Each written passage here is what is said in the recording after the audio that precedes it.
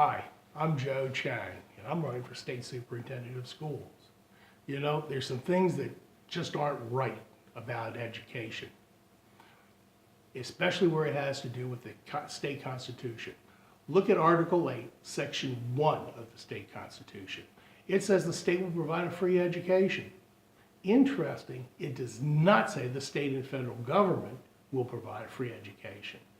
It does not say the state and school property taxes will fund a free education.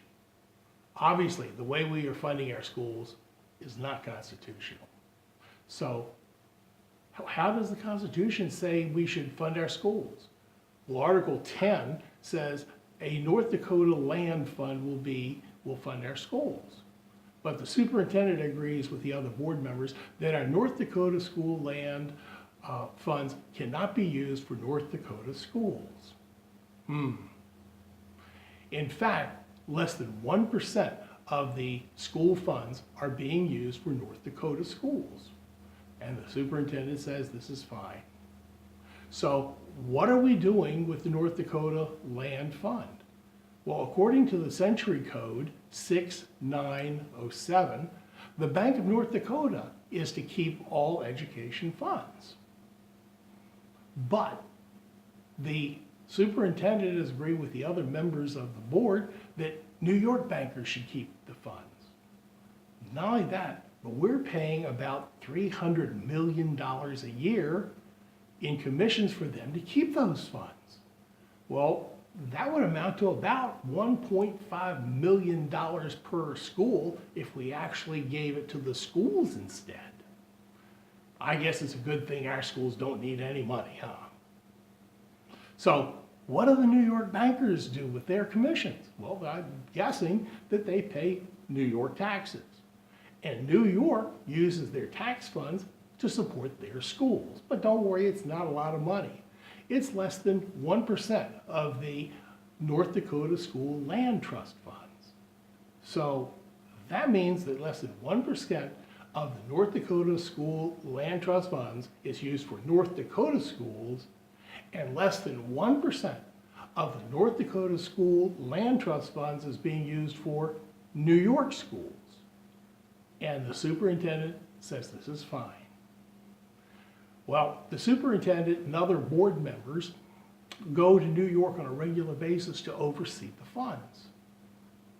I have to ask, who's paying for that? Is it North Dakota taxpayers?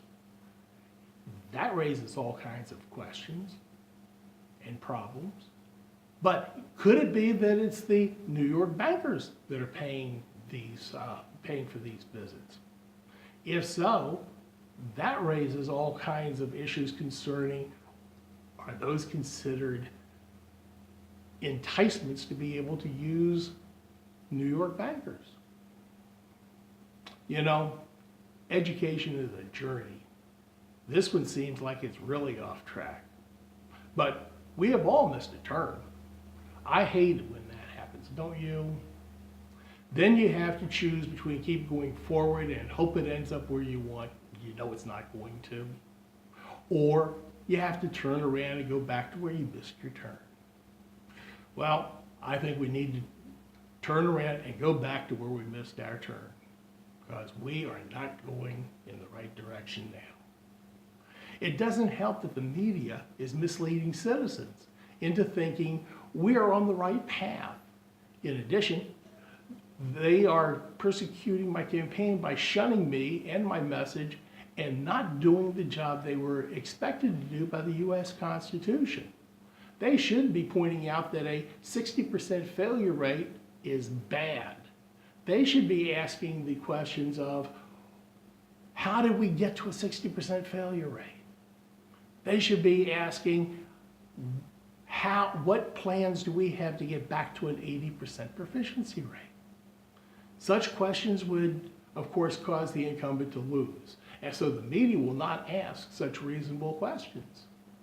We can overcome the media bias, though, by getting my message out without them.